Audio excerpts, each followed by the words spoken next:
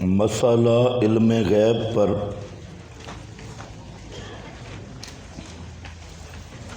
اہل بدعت کے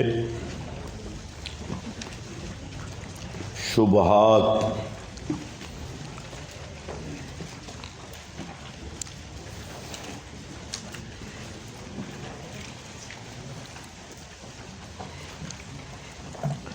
اس میں جو آخری شبہ پڑا ہے وَعَلَّمَكَ مَا لَمْ تَكُنْ تَعْلَمْ وَكَانَ فَضْلُ اللَّهِ عَلَيْكَ عَظِيمًا، اس کا دار و مدار تھا لفظ ما پر کہ لفظ ما عام ہے اور اس کی تخصیص دلیل قطعی سے ممکن ہے۔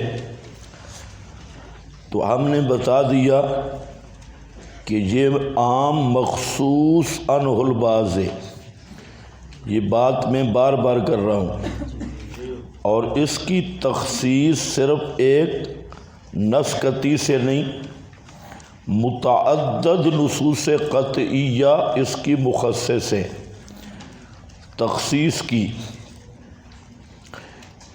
ایک تو علمک ما لم تکن تعلم میں وما علمناہ الشعر، یہ نص قطعی سے ما کا عموم ٹوٹ گیا۔ اسی طرح جتنی علم غیب کی نفی کی آیاتیں، لو کنت عالم الغیب لاستکثرت من الخیر قل لا اقول لکم عندی خزائن اللہ ولا عالم الغیب، اور اسی طرح یسألونک عن الساعۃ ایان مرساہا، یہ ساری نصوص مخصص ہیں اس ما کی۔ تو یہ ما لفظ عام ضابطہ صحیح ہے کہ من بھی عام ہے، ما بھی عام ہے، لیکن اس کے ساتھ والا ضابطہ سمجھنا ہے کہ جب ایک دفعہ عموم کی تخصیص نص قطعی سے ہو گئی تو وہ عام ظنی ہو گیا، اور مزید تخصیص پھر خبر واحد سے بھی ہو سکتی ہے۔ یہ مسئلہ آپ نے اصول میں پڑھا ہوا ہے، کس کو آتا ہے یہ ضابطہ؟ سب کو آتا ہے، صرف چند بے وقوفوں کو نہیں آتا، کوئی مسئلہ نہیں۔ تو یہ تخصیص ہو گئی۔ اب مراد اس سے کیا ہے؟ علمک ما، تو اس ما سے مراد سیاق میں آ گیا کتاب اور حکمت، تو اس ما سے مراد بھی کتاب و سنت کی تعلیم ہے۔ دوسرا یہ ہے کہ اس ما سے پہلے ایک چوری کا واقعہ چل رہا ہے، اور اس چوری میں منافقین نے چوری کی، یہودیوں کے ذمہ لگائی، تو آپ صلی اللہ علیہ وسلم نے یہی سمجھا کہ یہ چور یہودی ہے، بوری اٹھائی، یہودی کے گھر جا کے رکھ دی، اور بوری لیک تھی، یہ کام کرنے والا منافق تھا اور یہودی کے ذمہ لگ گئی، تو منافق قسمیں اٹھا گئے۔ تو آپ صلی اللہ علیہ وسلم نے یہی سمجھا کہ منافقین نے چوری نہیں کی، اس نے کی، تو اللہ تعالیٰ نے اس آیت میں آپ کو اطلاع دی کہ منافق چور ہیں، اس نے چوری نہیں کی۔ تو یہ ما سے مراد یہ واقعہ ایک، اور دوسرا قول کہ ما سے مراد خود کتاب و حکمت ہے۔ جو بھی ہو، تو یہاں ما سے جمی ما کانا و ما یکون لینا صریح نصوص کے ساتھ معارضہ ہے، اور صریح نصوص کے خلاف معنی جو مبنی بر تحریف ہے۔ تیسری بات میں نے عرض کی کہ احمد رضا خان اور بریلویہ کا اصل عقیدہ ہے نزول قرآن کی تکمیل کے ساتھ ہی علم غیب کی تکمیل ہوئی۔ تو یہ آیت آخری نہیں ہے۔ اگر اس آیت کا معنی جمیع ما کان و ما یکون ہے تو اس آیت کے نزول پہ احمد رضا کا بھی یہ عقیدہ نہیں، تو پھر احمد رضا بھی اس نسختی کا منکر ہو کے کافر ہوگا، اگر آیت کا یہی معنی ہے۔ اور چوتھی بات میں نے عرض کی کہ جہاں لفظ آیا علامہ، تعلیم ہے، تعلیم سبب ہے، اور جو چیز اسباب سے حاصل ہو وہ علم غیب نہیں ہوتا، تو لفظ علامہ خود علم غیب کی تردید ہے۔ پانچویں بات میں نے عرض کی نظائر، کہ اس کی اور بھی نظیریں ہیں، جیسے یعلمکم ما لم تکونوا تعلمون، تو جہاں پر بھی لفظ ما ہے، جمیع ما کان و ما یکون نہیں، یہودی مخاطب ہے۔ اگر لفظ ما سے مراد جمیع ما کان و ما یکون ہو تو پھر یہودی بھی جمیع ما کان و ما یکون کے عالم ماننے ہوں گے۔ پھر علمتم ما لم تعلموا انتم ولا آباؤکم، اس میں یہود سے بھی خطاب ہو سکتا ہے اور تمام اہل ایمان سے بھی، کہ تم سکھلائے گئے وہ چیزیں، جہاں پر بھی لفظ ما ہے لیکن جمیع ما کان و ما یکون نہیں۔ یہ دو نظیریں۔ عوامی تاثر، مناظر کو دو چیزوں کا لحاظ رکھنا ضروری ہوتا ہے، ایک ہے عوامی رد عمل، ایک ہے علمی بحث۔ دونوں چیزوں کو امانت دیانت سے چلانا چاہیے۔ عوام الناس میں جو تاثر قائم ہوتا ہے وہ سادی دلیلوں سے۔ علامہ کا ما پہ جب زور لگائیں، آپ نے نظیر پیش کی جو علمکم ما علمتم ما، کہ بتا جہاں لفظ ما ہے جمیع ما کان و ما یکون ہے، کیوں نہیں؟ یا ہے یہودی بھی جمیع ما کان ما یکون کے عالم ہے۔ تو یہ طریقہ ہوتا ہے عوامی طرز کا، اس لیے یہاں یہ لکھے ہے عوام، تخصیص تو عام میں بھی کئی نہیں سمجھ رہے کہ عام کیا ہوتا ہے، تو علمی بات سے ضابطہ اور قاعدہ علماء کے لیے، اور عوامی طرز ہر دلیل پر غور کرو، عوامی طرز بھی آپ کے پاس ہو اور علمی طرز بھی ہو، تب آدمی کامل بنتا ہے۔ تو عوامی طرز میں جب آپ یہ دو نظیریں پیش کر دیں گے، اس کے علاوہ بھی قرآن پاک میں ما کی کئی نظیریں موجود ہیں، کہ جہاں لفظ ما ہے لیکن جمیع نہیں ہے، تو یہ عوامی تاثر کو حاصل کرنے کے لیے یہ بہت اچھا طریق ہے، اچھی راہ ہے۔ اب اس آیت پر آپ کو تفسیروں میں ملے گا کہ بعض حضرات نے کیلا کے ساتھ، کیلا دو تین لفظ لکھے، اخبار غیب۔ وہ اخبار غیب کیا ہیں؟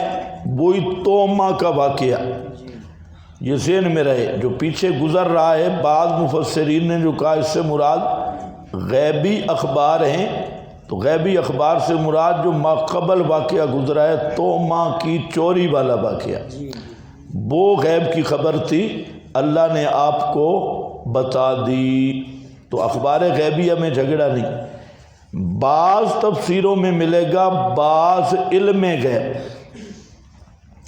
لیکن اس کے ساتھ بھی لفظ اطلاع ہے، بعض علم غیب۔ تو جب علم غیب کے ساتھ اطلاع کا لفظ آئے گا تو وہ علم بے معنی دانستن ہوگا، اور وہ عند البعض، بعض کی یہ اصطلاح ہوگی، وہ اصطلاح اخبار غیبیہ اور اطلاع علی الغیب کی اصطلاح ہے، اور اس کو انہوں نے بعض علم غیب سے تعبیر کیا۔ بعض علم غیب اطلاع سے، علم غیب ہی نہیں رہتا۔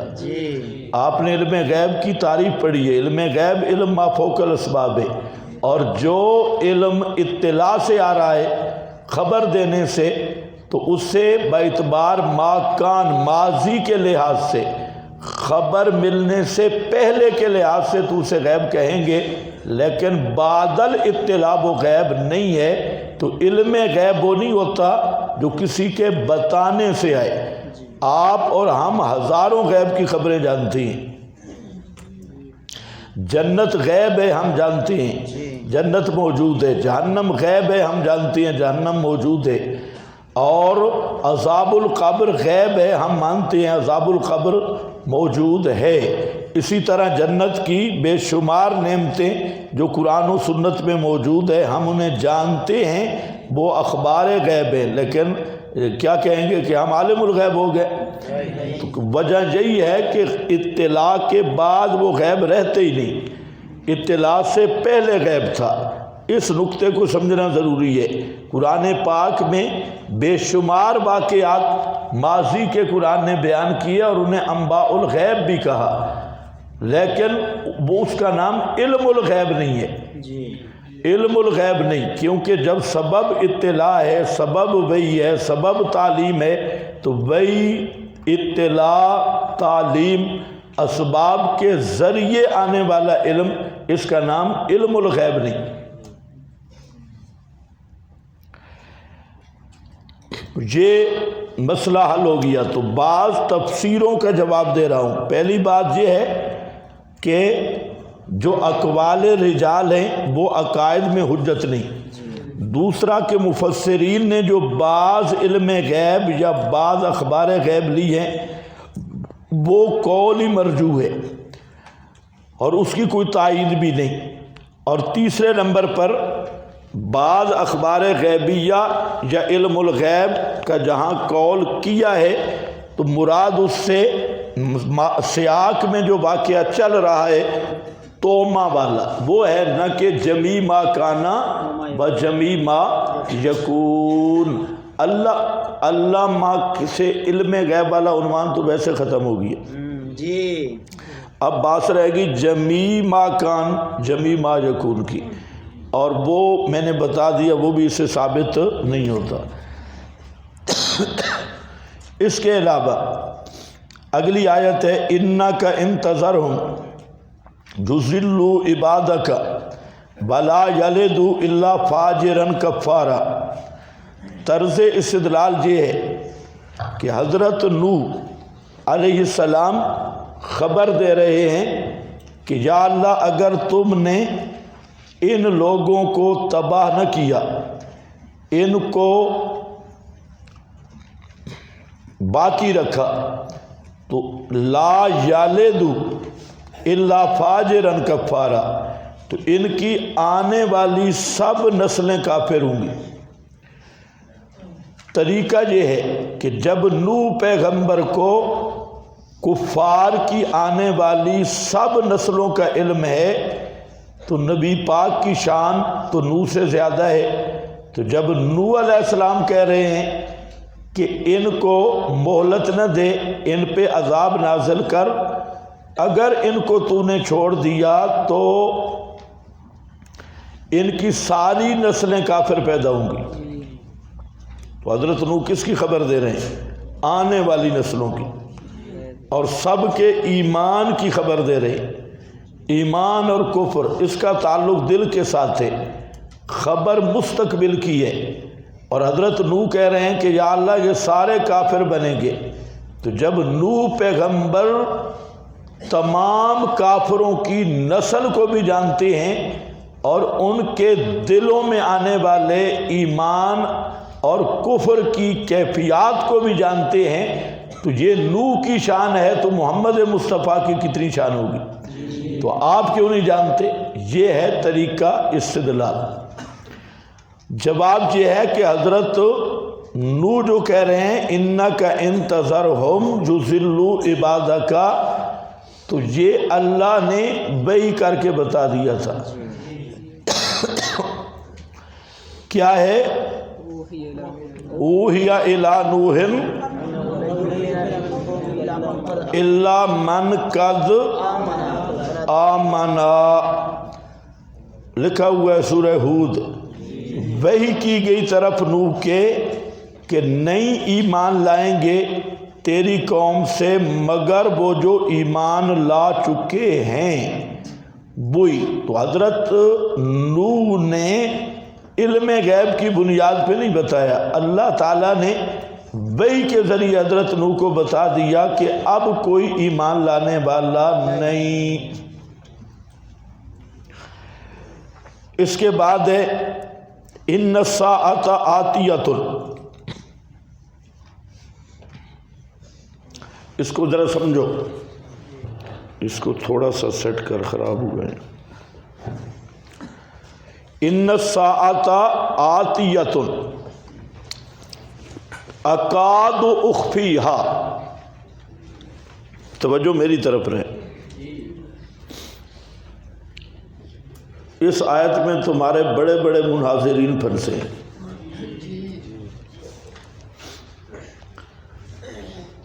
بڑے بڑے مناظرین، حتیٰ کہ ہمارے استاد بھی اس وقت جواب ذہن میں نہیں تھا جب یہ سوال ہوا۔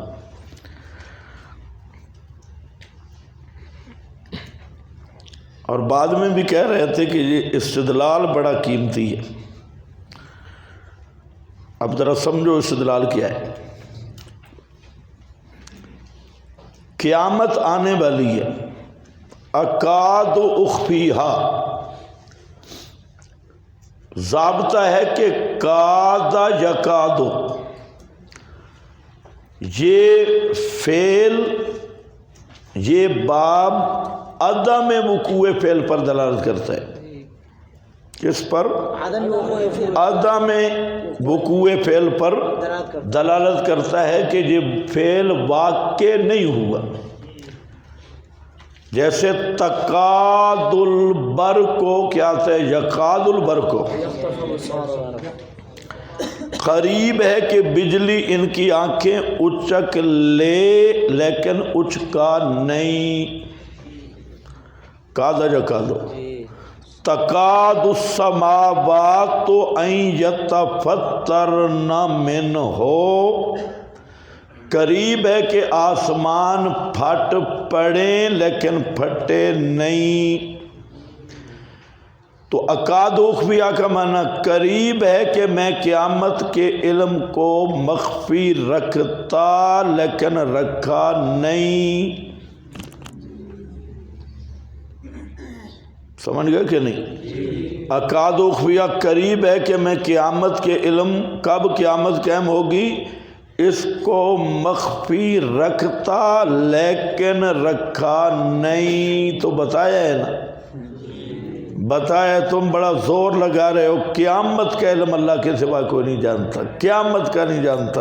اللہ فرماتے ہیں اکاد اخفیہا، پھر کہہ رہا ہوں کادا یکادو، یہ باب، بولو شابش، باب عدم وقوع فعل پہ دلالت کرتا ہے کہ فعل واقع نہیں ہوا۔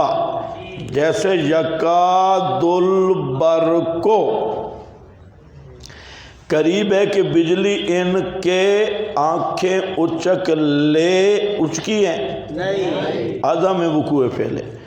تکاد السماوات، قریب ہے کہ آسمان گر پڑے، گرا ہے، کاد یکاد عدم وقوع فعل پہ دلالت کرتا ہے۔ تو جیسے وہاں ہے جہاں پر بھی اکاد اخفیہا، قریب ہے کہ میں قیامت کو مخفی رکھتا لیکن رکھا نہیں، بتا دیا ہے۔ تو کس کو بتانا ہے؟ اپنے پیاروں کو ہی بتلانا ہے نا۔ تو نبی پاک علیہ السلام کو ہی بتایا ہے نا۔ تو ساری 17 آیات اڑ گئی، بڑی تم نے محنت کی، لم یطلع، لم یخبر، لم یعطی، بتایا نہیں، دیا نہیں، فلاں نہیں، فلاں نہیں، سارا تمہارا کباڑا ہوگی۔ ہم کہتے ہیں بالکل صحیح ہے، جہاں پر بھی کادا، جواب دے رہا ہوں، کادا یکادو واقعی عدم وقوع فعل پہ دلالت کرتا ہے، لیکن جہاں ہے کیا، اکاد اخفیہا من نفسی، کیا ہے؟ اکادو اخفیہا من نفسی، یہ کنایہ ہے شدت اخفا سے جی، اور یہ عرب کا محاورہ ہے، ہماری زبان کا بھی، کہ یہ چیز تو اتنی قابل اخفا ہے کہ اگر ہو سکتا تو میں اپنے آپ سے بھی مخفی رکھتا، جی، یعنی کسی کو بھی بتلانے کے قابل نہیں ہے۔ تو اکاد اخفیہا من نفسی کا معنی ہے کہ قیامت کب آئے گی، یہ وہ علم ہے کہ میں اپنے آپ سے بھی چھپانا چاہتا تھا لیکن مجھ سے تو کوئی چیز چھپ سکتی نہیں۔ تو یہ کنایہ ہے شدت اخفا سے۔ کس سے؟ شدت اخفا سے۔ شدت اخفا سے۔ مجھے یوں لگ رہا ہے کہ قبرستان میں مناظرہ پڑھا رہا ہوں، ہاں، سارے صوفی کٹھے ہیں۔ شدت اخفا سے، اخفا، کہ یہ مخلوق کی بات نہیں ہو رہی۔ اکاد اخفیہا من نفسی، نکالیں قرآن، آیت نکالیں۔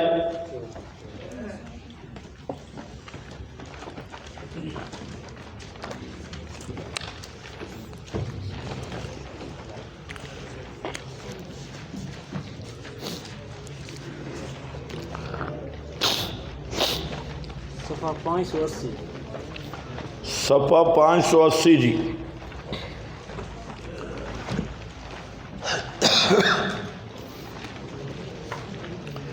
ان الساعۃ آتیۃ اکاد اخفیہا،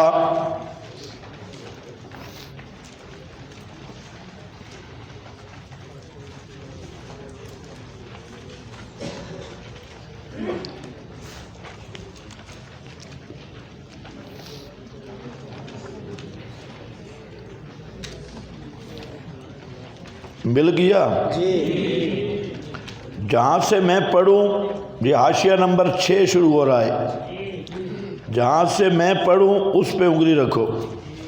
حضرت عبداللہ ابن عباس رضی اللہ تعالیٰ عنہ فرماتے ہیں ان الساعۃ آتیۃ اکاد اخفیہا، قال اکاد اخفیہا من نفسی، اکاد اخفیہا من نفسی، قیامت اتنی قابل اخفا ہے، اتنی چھپانے کے قابل ہے کہ قریب تھا کہ میں اپنے آپ سے بھی اس کو چھپاتا لیکن مجھ سے کوئی چیز چھپ سکتی نہیں۔ تو یہ پھر کنایہ ہوگا شدت اخفا سے۔ آگے حضرت مجاہد فرماتے ہیں اکاد اخفیہا قال من نفسی، اپنے آپ سے، مخلوق سے بات نہیں ہو رہی۔ آگے حضرت قتادہ ہیں، فرماتے ہیں قال فی بعض القراءات، دوسری قراءت بھی اس کی یہی ہے، اکاد اخفیہا عن نفسی، کس سے چھپاتا؟ اپنے آپ سے۔ در منصور ابن کثیر قرطبی اکثر المفسرین قالوا معناہ اکاد اخفیہا من نفسی فکیف یعلمها اے یعلم وقتها غیری، جب میں اپنے آپ سے چھپانا چاہتا تھا اور کون ہے جو میرے سوا جانے قیامت کب آئے گی۔ یعلم وقتها غیری ویؤید ھذا التعویل، اس معنی کی تائید ہوتی ہے بعض قراءات میں فَكَيْفَ أَظْهَرُهَا لَكُمْ، تو بعض قراءتوں میں یہ لفظ ہیں کہ اکاد اخفیہا من نفسی کیف اظہرها لکم، کہ اس کو تو میں اپنے آپ سے بھی اخفا میں رکھنا چاہتا تھا، تم سے کیسے، تمہیں کیسے بتاؤں۔ بہذا الکلام معنی اکاد اخفیہا من نفسی۔ آگے بہذا الکلام علی عادت العرب، یہ عرب کا محاورہ ہے، انہم اذا بالغوا فی کتمان شیء، جب وہ کسی چیز کے چھپانے میں مبالغہ کرنا ہوتا ہے تو کہتے ہیں کتمت سرک من نفسی اے اخفیہا غایت الاخفاء، تو وہ کہتے ہیں کہ تیرے راز کو میں نے اپنے آپ سے بھی چھپا دیا، مقصد ہوتا ہے غایت اخفاء، تو میں نے یہی بات کی یہ کنایا ہے شدت اخفاء سے، یہ مظہری ہے۔ وَأَكْثَرُ الْمُفَسِّرِينَ قَالُوا مانا ہو اکاد اخفیہا من نفسی، اپنے آپ سے چھپانا مراد ہے۔ کذالک ہوا فی مصحف ابی ابن کعب، اسی طرح ابی بن کعب کے مصحف میں قرات بھی موجود ہے، اور عبداللہ ابن مسعود اس کے مصحف میں بھی کیا اکاد اخفیہا من نفسی فکیف یعلمھا مخلوق، اور بعضی قرات میں ہے فکیف اظہرھا لکم، کیسے میں وہ تم پہ ظاہر کروں۔ وذکر ذلک علی عادت العرب اذا بالغوا فی کتمان الشیء، یہ عربیوں کا محاورہ ہے، جب وہ مبالغہ کرتے ہیں کسی چیز کے چھپانے میں کہتے ہیں کتمت سرک من نفسی اے اخفیتہ غایت الاخفاء۔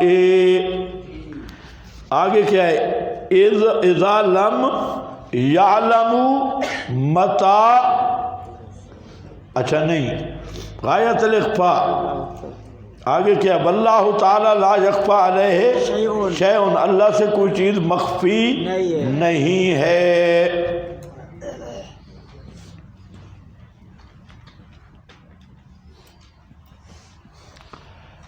تو ایک معنی اس کا یہی ہے جو اصل معنی ہے، راجع معنی یہی، تو اخفیہا من نفسی۔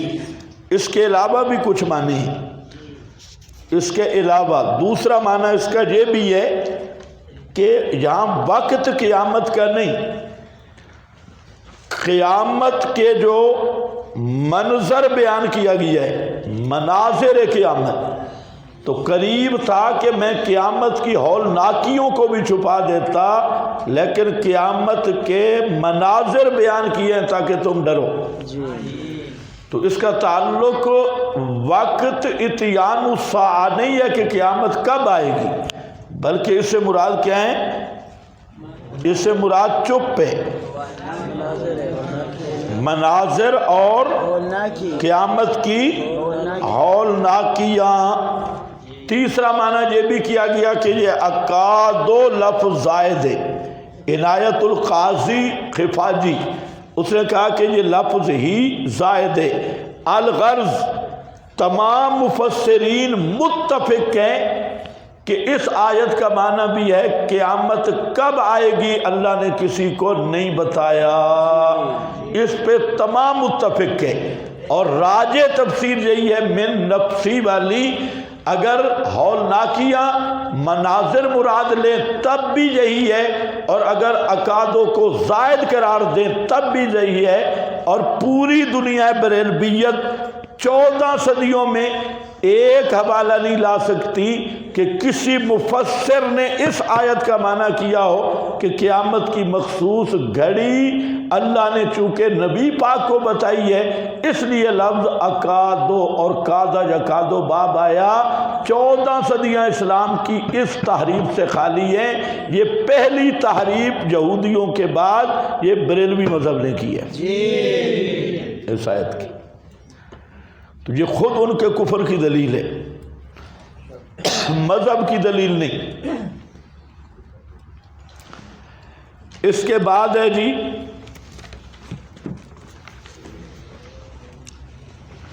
وَكَذَلِكَ نُرِي إِبْرَاهِيمَ مَلَكُوتَ السَّمَاوَاتِ وَالْأَرْضِ لِيَكُونَ مِنَ الْمُوقِنِينَ۔ سورۃ الانعام ہے، آیت نمبر 75، جو انشاءاللہ رات کے درس میں مفصل پڑھیں گے۔ یہاں علم غیب پر میں بات کر رہا ہوں، طریقہ استدلال سمجھے۔ وہ کہتے ہیں کہ بعض روایات میں ہے کہ حضرت ابراہیم ایک پتھر پہ کھڑے ہوئے اور پوری کائنات ابراہیم کے سامنے کھول دی گئی، زمین سے عرش تک اور پھر زمین سے تحت ثری تک ملکوت، ہر چیز حضرت ابراہیم کے سامنے کر دی گئی۔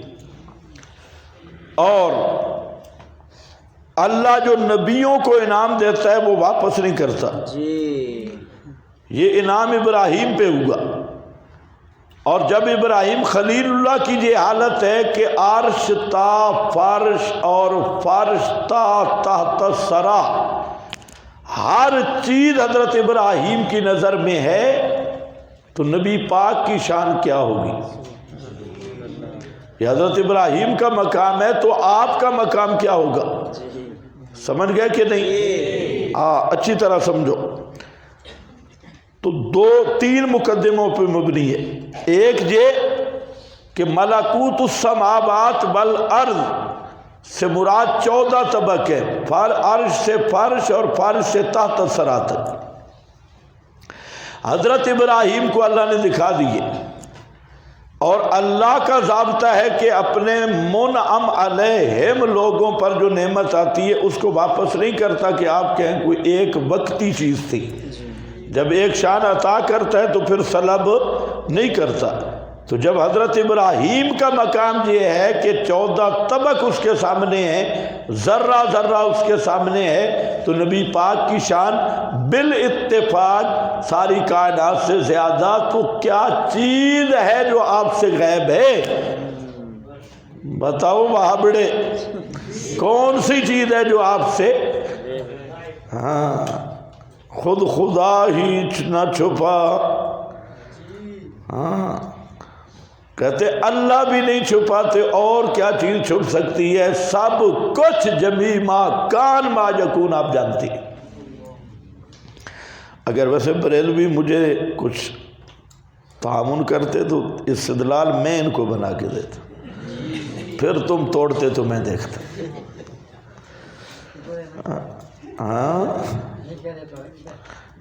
استدلال میں ان کو بنا کے دیتا، استدلال بنتا کیسے؟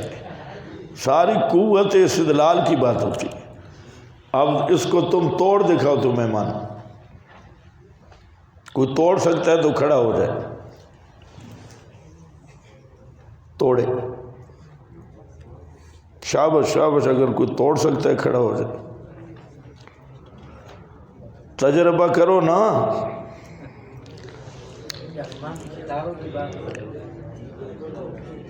ایسا سوکھا کم نہیں ہے۔ کذالک نوری ابراہیم ملکوت السماوات والارض، ملکوت السماوات والارض۔ جو توڑ سکتا ہے میرے استدلال کو توڑے۔ شاباش شاباش، مت کرو۔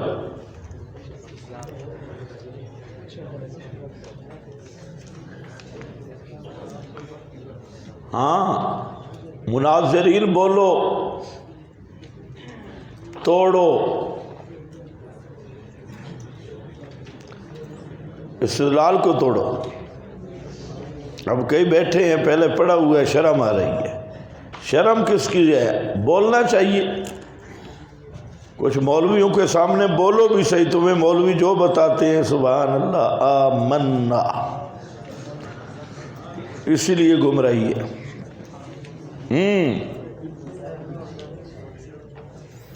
جو صحیح توڑ دے اس کو 1000 روپیہ انعام دوں گا۔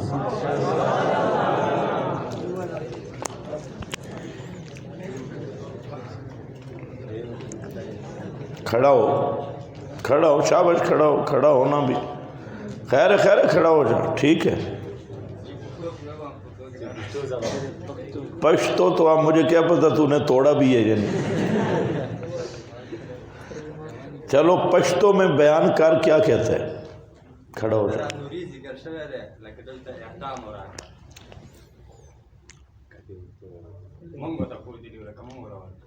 کیا کہا ہے اس نے؟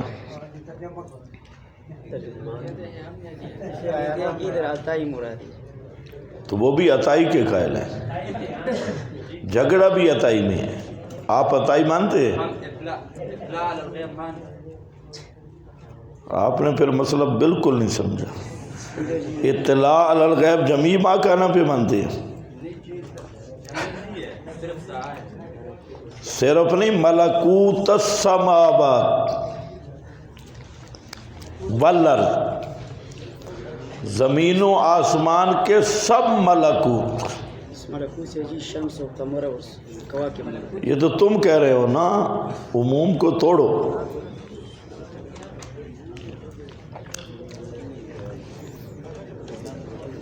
شابش شابش، بولو گے تو مجھے پتہ چلے گا تم کیسے سمجھتے ہو۔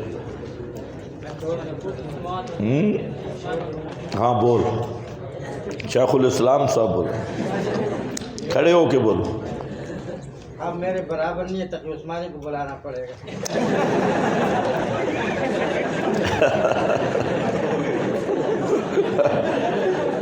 شیخ الاسلام بنائی میں نے تجھے، تو اتنا بھی آگے رہ، چلو بولو بھائی، شابش۔ اور کوئی بزرگ توڑے؟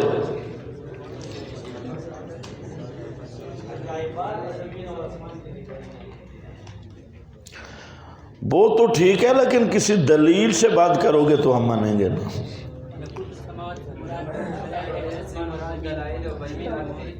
دلیل، شابش، یہ کچھ اچھا بول رہا ہے۔ ہاں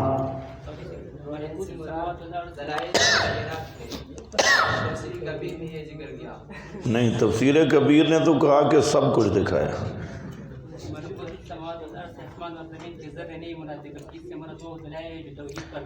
اچھا ہے، حضرت مجاہد تابعی فرما رہے ہیں کہ ذرہ ذرہ مراد ہے۔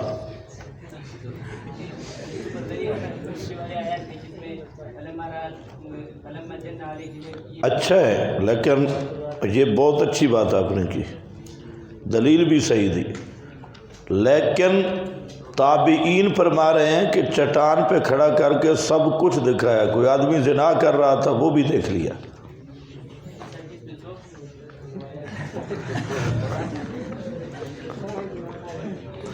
سب کچھ دکھایا۔ اب سنو، سورۃ اعراف آیت نمبر 185، ولم ينظر في ملکوت السماوات والارض۔ سنو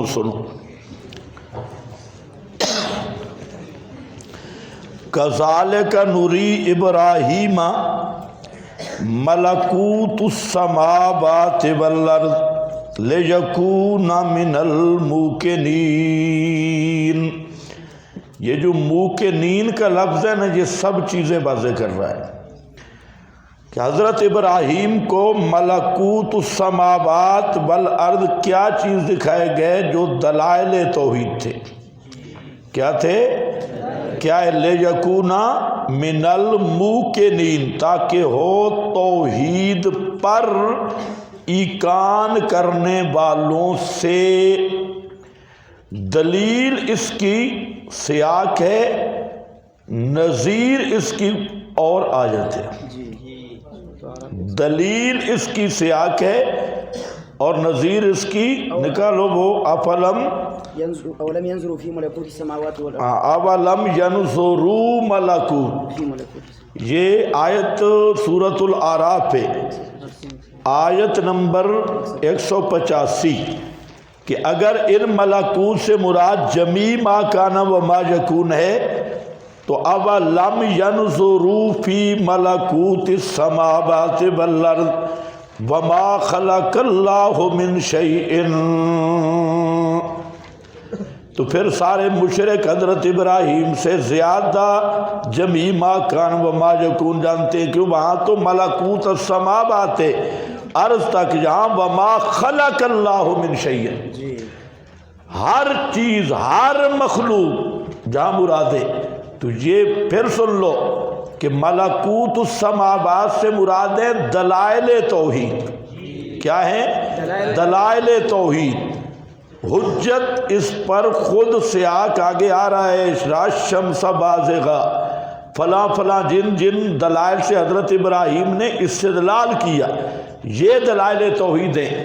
اور پھر یہی آیت کا آخر من الموقنین، یہ خود اس پر شاہد اور حجت ہے کہ حضرت ابراہیم کو دلائل توحید سے استدلال اور خود دلائل توحید بتلائے گئے، اور اس کی نظیر میں نے بیان کی کہ اگر ملکوت سے مراد جمیع ما کان و ما یکون ہے تو پھر تو مشرکین حضرت ابراہیم سے بڑھ کے عالم جمیع ما کان و ما یکون ہے، وہاں وما خلق اللہ بھی آ چکے ہیں، اور وہ ملکوت سے بھی زائد ہے۔ تیسری بات کہ یہ جو بعض روایات ذکر کی گئی ہیں کہ حضرت ابراہیم کو پتھر پہ کھڑا کیا گیا اور سارا کچھ دکھایا گیا، اس کو جتنے محققین ہیں سب نے کہا کہ یہ ضعیف ہے، ان کی کوئی اعتبار نہیں ہے، حضرت مجاہد سے بھی یہ ثابت نہیں، یہ ساری بعد والے لوگوں کی گپ شپ ہے۔ تو استدلال کی بنیاد تھی قول مجاہد، اور قول مجاہد تفسیروں میں موجود ہے، اس کی سند موجود نہیں ہے۔ انشاءاللہ رات کے سبق میں اس پہ گفتگو ہو جائے گی کہ اس کی سند پر کیا تبصرہ ہے۔ تو جہاں خود تفسیر القرآن بالقرآن کے تحت نیز اگر حضرت ابراہیم، ہاں دوسرا مقدمہ بھی باطل ہے، پہلا بھی باطل ہے، دوسرا بھی باطل ہے کہ اللہ جو چیز بتا دے پھر واپس نہیں لیتا نعمت، تو یہ بھی مقدمہ باطل ہے۔ اللہ نے قرآن جیسی نعمت بعض آیات دی اور پھر ان کو واپس کیا۔ ما ننسخ من آیت او ننسہا، تو قرآن سے بڑی نعمت کیا ہے کہ اللہ نے قرآن کی آیت دے کر اسے واپس کیا، ننسہا۔ اور شب قدر سے بڑی نعمت کیا ہے؟ شب قدر کا علم دے کے واپس کیا۔ تو یہ جو ضابطہ ہے کہ اللہ ایک دفعہ دے اور پھر واپس نہیں لیتا، یہ بھی مبنی بر جہالت ہے، اس کا دینا بھی حکمت ہے، اس کا واپس کرنا بھی حکمت ہے۔ تو یہ کہنا کہ یہ حالت جو بن جائے تو ہمیشہ ہوتی ہے، وہ آگے چل کے پھر یہی بات آئے گی، تو یہ دوسرا پہلا مقدمہ بھی باطل ہے، دوسرا بھی، تو نتیجہ بھی باطل ہے۔ ختم شو۔ وعلم آدم الاسماء كلها، علم آدم الاسماء كلها، ہم نے آدم کو تمام اسماء بتا دیے، كلها۔ مولوی عمر اشرفی کہتا ہے دیوبندی کلی نہیں مانتے، فقیر کلہ ثابت کرے گا۔ ہاں وہابی دیوبندی کہتے ہیں کلی میں انہوں نے رولا ڈالا ہے، فقیر کلہ ثابت کرے گا۔ کلہ، آدم کو سب اسماء کا علم دیا گیا۔ وعلم آدم الاسماء کلہا، جواب واضح۔ استدلال کیسا ہے؟ آدم کو جمیع ما کان و ما یکون کا علم مل گیا، کلہا۔ تو نبی پاک کی شان تو آدم سے بھی زیادہ ہے، تو آپ کو کیوں نہیں ملا؟ تو آپ کو بطریق اولا ملنا چاہیے۔ جواب واضح ہے یہاں پر۔ پہلی بات تو ہے علامہ آدم الاسماء کلہا، سب اسماء کا علم مل گیا، تو درخت کا پتہ کیوں نہیں چلا؟ نسیا آدم ولم نجد لہ عزما، کو سمجھ گیا کہ نہیں؟ اگر ساری چیزوں کا حضرت آدم کو اسماء خواص سب پتہ تھے تو وہ درخت کیوں کھایا بابے نے؟ درخت کا کیوں نہیں پتہ چلا؟ تو اس سے واضح ہو گیا نمبر ایک، یہاں جمیع ما کان ما یکون تو ہے ہی نہیں۔ مجھے آپ میں سے کسی کا نام آئے تو اس کا سارے احوال معلوم ہے؟ نہیں جی۔ نام آنے سے اس کی ساری ہسٹری معلوم ہو جاتی ہے؟ نام اور چیز ہے، پوری ہسٹری معلوم ہونا اور چیز ہے۔ کئی طالب علم ہیں مجھے نام آتا ہے لیکن ان کی ہسٹری کا مجھے نہیں پتہ، کئی مولوی ہیں ان کا نام تمہیں آتا ہے ان کی ہسٹری کا پتہ نہیں ہے، اور آپ کو میرا نام آتا ہے میری ہسٹری کا بھی پتہ نہیں ہے، حالانکہ آپ کب کے یہاں بیٹھے ہوئے ہیں، میرے سارے اعمال آپ جانتے ہیں۔ اعمال احوال جمی ما کانا و ما یقول، کب کہ تم بیٹھے ہو نام بھی آتا ہے، تو علم الاسماء اور چیز ہے، جمی ما کانا و ما یکون اور چیز ہے۔ اور بابا اگر اتنے ہی عالم الغیب تھا تو پھر جان بوجھ کے ساری اولاد کو ادھر بڑھانے میں ڈالا ہے۔ تو خود آدم کو بھی پتہ نہیں چلا کہ اس نے درخت کھا لیا اس نیت سے کہ اور قرب مل جائے اور اللہ کی محبوبیت مل جائے۔ چلو جی، تو اس اسماء کلہا بھی اضافی نہیں، اضافی ہے، استغراقی نہیں ہے، اور مراد بھی اسماء، اور جو ضرورت کی چیزیں تھیں، بھوک والی کیفیت کا نام کیا ہے، پیاس والی کیفیت کا نام کیا ہے، غم دکھ، کیونکہ فرشتوں میں تو یہ استعداد ہی نہیں تھی، ان کو بھوک لگی کبھی نہیں، اور اندر جب یہ بھوک والی کیفیت پیدا ہوتی ہے اس کا کیا نام ہے، پیاس والی کیفیت کو کیا کہیں گے؟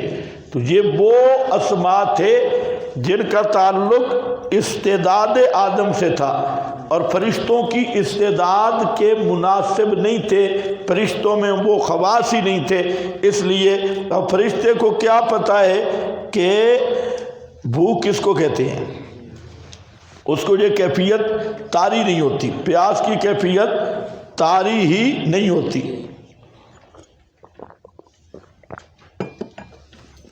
اس کے بعد جی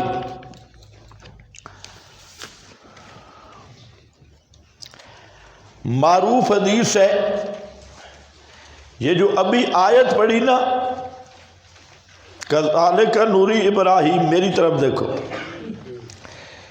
اس آیت کو اگر کوئی ہوشیار مناظر ہو تو بڑے طریقے سے پیش کرے گا، اور پھر آپ کے پاس اس کا جواب نہیں ہونا، زبردست طریقے کے ساتھ۔ آپ نے تو کہہ دیا مجاہد کا قول گیا، اب آ گیا اگلی بات، یہ حدیث آ گئی، مشکات میں بھی ہے اور جگہ پہ بھی ہے، اور کہیں کہیں تمہارے بزرگوں نے کہا اسنادہ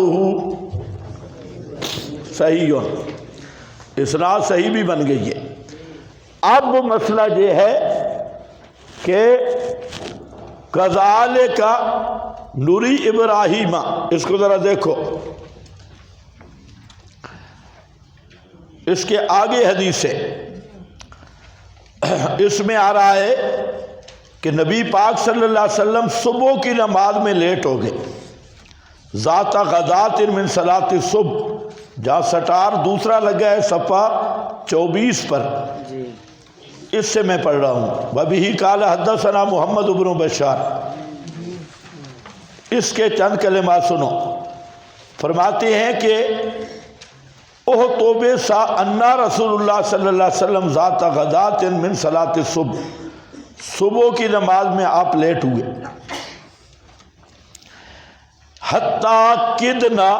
حتیٰ کہ قریب تھا کہ ہم سورج کو دیکھ لیں، زیادہ ہی لیٹ تھے، تو آپ جلدی جلدی آئے اور نماز کی اقامت ہوئی، آپ نے نماز پڑھائی اور بہت مختصر نماز پڑھائی، پھر سلام پھیرا اور دعا بصوتہ ہی فقال لنا، آپ نے اپنی بلند آواز سے ہمیں فرمایا کہ اپنی صفوں پہ بیٹھے رہو جیسے تم ہو، ثم انفتل الینا، پھر ہماری طرف متوجہ ہوئے، فقال اما انی ساحدثکم ما حبسنی عنکم، کہ میں آپ کو بتاتا ہوں کہ میں لیٹ کیوں آیا، میں رات کو اٹھا، انی قمت من اللیل فتوضأت فصلیت ما قدر لی، میں نے نماز پڑھی جو میرے مقدر میں تھی، پھر میں سو گیا اور تھک گیا، تو میں نے دیکھا فَإِذَا آنَا بِرَبِّي تَبَارَكَ وَتَعَالَى فِي أَحْسَنِ صُورَةٍ،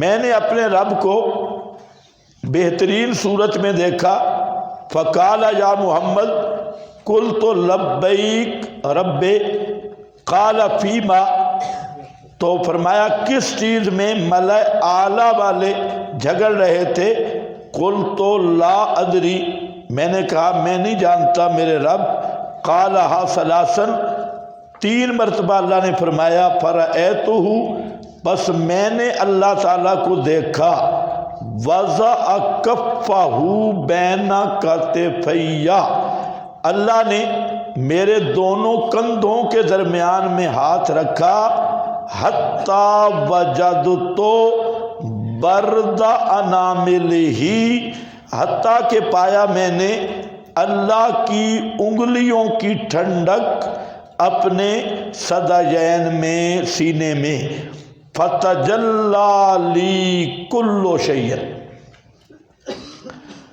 فتجلی لی کل شیء، ہر چیز میرے سامنے کھل گئی، تجلی لی کل شیء، بالکل صاف سری، وعرفت، علم تو بھی نہیں، عرفت، ایک ایک جز کو میں نے پہچان لیا۔ عرفت علم اور معرفت کا بھی فرق ہے، عرفت سب چیزوں کو میں نے پہچان لیا۔ فقال یا محمد قلت لبیک رب، قال فیما، فرمایا اب بتا ملأ اعلیٰ والے کس میں اختلاف کر رہے ہیں؟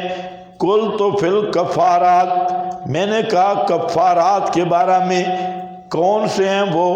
فرمایا مشی الاقدام، پیدل چلنا جماعت کی طرف نمازوں میں، والجلوس فی المساجد، مسجدوں کے اندر رہنا نمازوں کے بعد، باسباغ الوضوء، اور وضو کا اسباغ، فی المکروہات، مکروہات میں، قال ثم فیما، پھر کس میں؟ اطعام الطعام، کھانا کھلانا، ولین الکلام والصلاۃ، اور نرم گفتگو کرنا، والصلاۃ باللیل، رات کو اٹھ کے نمازیں پڑھنا، والناس نیام، اور لوگ سوئے ہوئے ہوں۔ قال سل، اللہ نے فرمایا مانگ، قلت اللہم انی اسألک فعل الخیرات وترک المنکرات وحب المساکین۔ یہ حدیث ہے بھائی۔ آگے فرماتے ہیں ھذا حدیث حسن صحیح، سألت محمد ابن اسماعیل عن ھذا الحدیث فقال ھذا حدیث حسن صحیح۔ امام بخاری نے بھی کہا کہ حدیث صحیح ہے، ترمذی نے بھی کہا کہ حدیث صحیح ہے، اسنادہ صحیح، آ گیا نا؟ ہاں، اسنادہ صحیح۔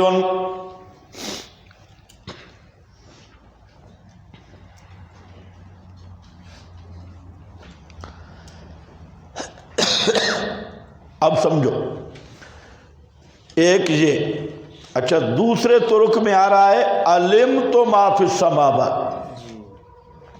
والارض، میں نے آسمان و زمین کی ہر چیز جان لی، اسی حدیث میں۔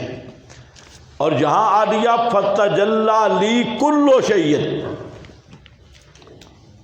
وعرفت، ہر چیز مجھ پہ کھل گئی، وعرفت، اور میں نے اسے صرف جانا نہیں پہچانا بھی ہے، پہچانا ہے ایک ایک چیز کو۔ اب یہاں پر بھی بوئی کلیہ ہوگا کہ جب اللہ ایک دفعہ نعمت دے تو واپس نہیں کرتا، جب ایک دفعہ نبی کریم علیہ السلام کو یہ شان مل گئی تو اب اللہ واپس نہیں کرتا، لہذا تجلی لی کل شیء، ساری کائنات اللہ کے سامنے ایسے ہے، نبی پاک صلی اللہ علیہ وسلم کے سامنے بالکل عیاں بیاں واضح موجود ہے، اور ذرہ ذرہ آپ جانتی ہیں۔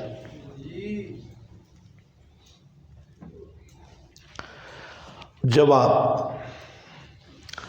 پہلی گزارش یہ ہے کہ نصوص قطعیہ سے ہم ثابت کر چکے ہیں کہ علم الغیب اور جمیع ما کان و ما یکون یہ اللہ کا خاصہ ہے، اور خود نبی کریم علیہ السلام سے جمی ما کان و ما یکون کی نفی پر بھی ادلہ قطعیہ موجود ہیں، اور علم الغیب کی نفی پہ دلیلیں قطعی موجود ہے، اور ضابطہ یہ ہے کہ قطعی کے مقابلے میں ظنی حدیث کی کوئی حیثیت یہ کیا ہے، خبر واحد ہے، اور خبر واحد سے ایک تو عقیدہ نہیں ثابت ہوتا، دوسرا استجلا لی کل شے، اس کا معنی اگر جو تم نے کیا ہے یہ کیا جائے تو یہ معنی بیسیوں نصوص قطعیہ کے بالکل خلاف ہے، اور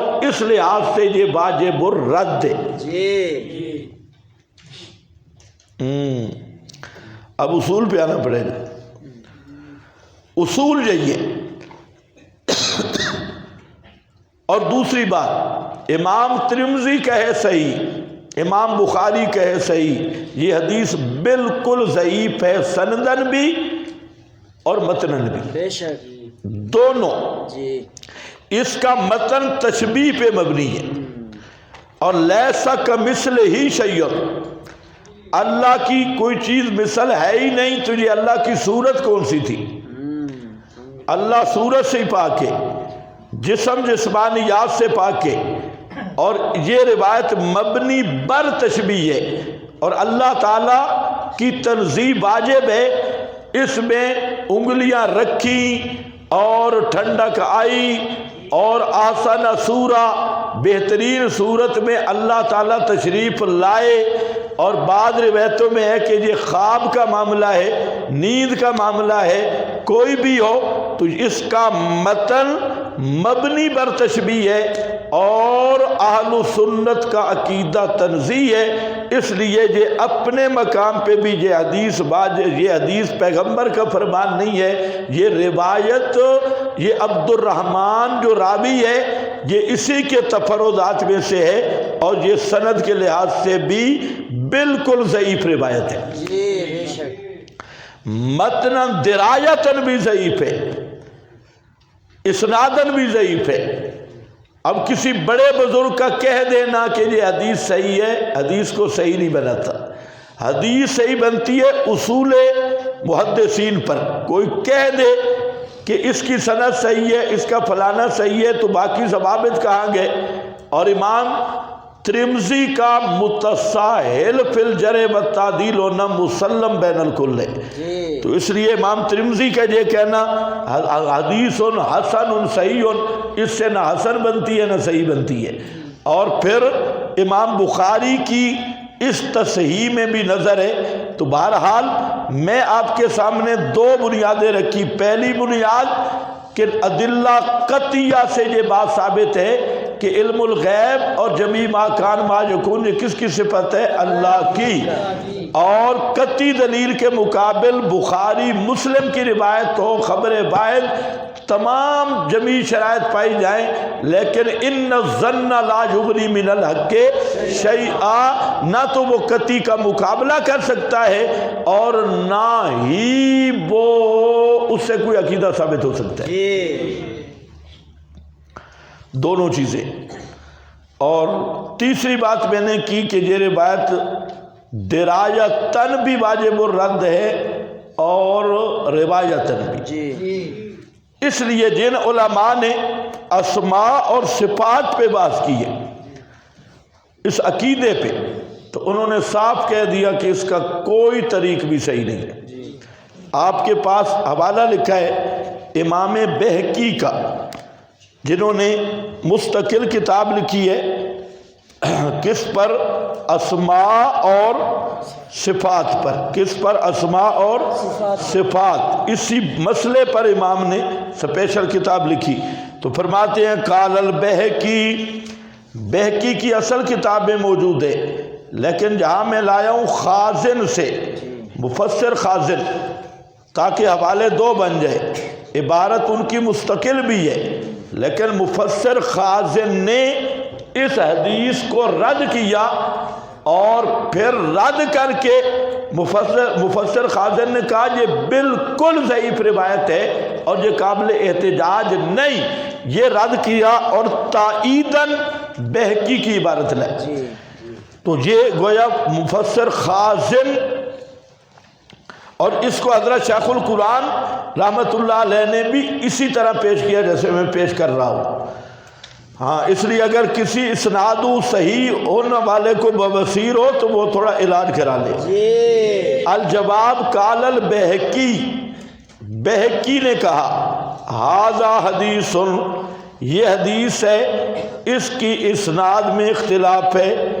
زہیر بن محمد عن یزید ابن یزید عن جابر عن خالد ابن الحلاج عن عبد الرحمن عن رجل من اصحاب رسول اللہ صلی اللہ علیہ وسلم، ایک سند یہ ہے، اس کو جازم بن عبداللہ عن یحییٰ بن ابی کثیر عن زید بن سلام عن عبد الرحمن ابن عائش الحضرمی عن مالک ابن عامر، یہ بھی سند ہے، عن معاذ ابن جبل عن النبی، تو یہ عن رجل من اصحاب النبی، اور دوسرا کیا آ رہا ہے، یہ اضطراب ثابت کر رہا ہے، عن مالک بن عامر عن معاذ بن جبل عن النبی صلی اللہ علیہ وسلم، ورواہ موسیٰ بن خلف، اور موسیٰ بن خلف نے اسے یحییٰ سے، انہوں نے زید سے، انہوں نے اپنے دادا سے، اور وہ ابو سلام ہے، اور اسی طرح مالک بن جو خامر، اور قیل فی غیر، اس کے علاوہ اور بھی ہے۔